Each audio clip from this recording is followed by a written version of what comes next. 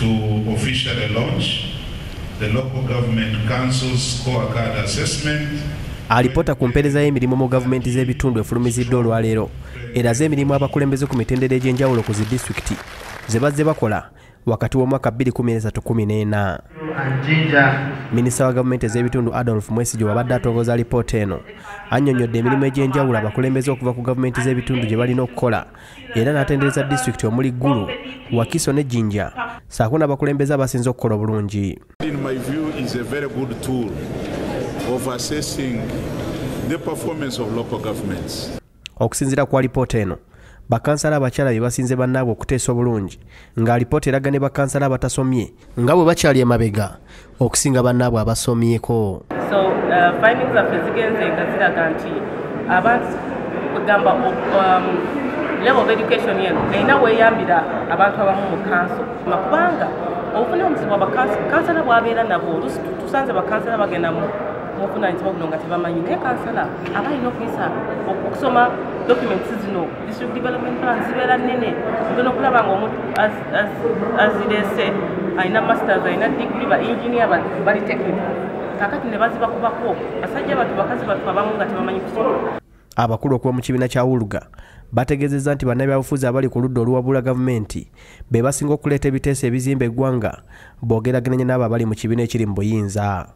Bano bagamba nti bannakibiina kya NRM be basinga okutuuka ekikeerezi mu kanso era nga be basinga n'okwagala okuvaamu amangu. Kitulaze nti newankubadde bakansala aba opposition batono nnyo actually bonna awamu bali obutundutundu 11 buli 10 mu district zonna awamu bakansala ba opposition bakola omulimu munene okusinga bannaabwe bwe kituuka ku mulimu gwa legislative council.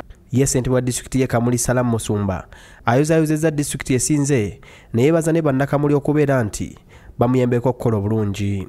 Nasanga kanso entabuseeko naye ng'abagitabula si be kanso abagitabula be ba MPs nga kye balwana bagamba nti Kamuli esinga etya tebaagaliza na Kamuli nakuge bannange betukola nabo emirimu tutwongera okukola scorecard ejja kutwongeramu internal competition which is good and healthy. Musumba yennyamidde olw'okuba nti alipoota eno terina weeyogeredde ku ssentebe wa disitulikiti y'e Lwengo George Mutabaazi eyakuba abantu kibooko olw'obutakola bulungi bwansi ng'agamba nti ye yamusingira ddala okukola obulungi omwaka guno. Scorecard of course temwogeddeeko naye nandisinye nnyo emwogereko kyebaaze mwogerako kuba namwagala nnyo.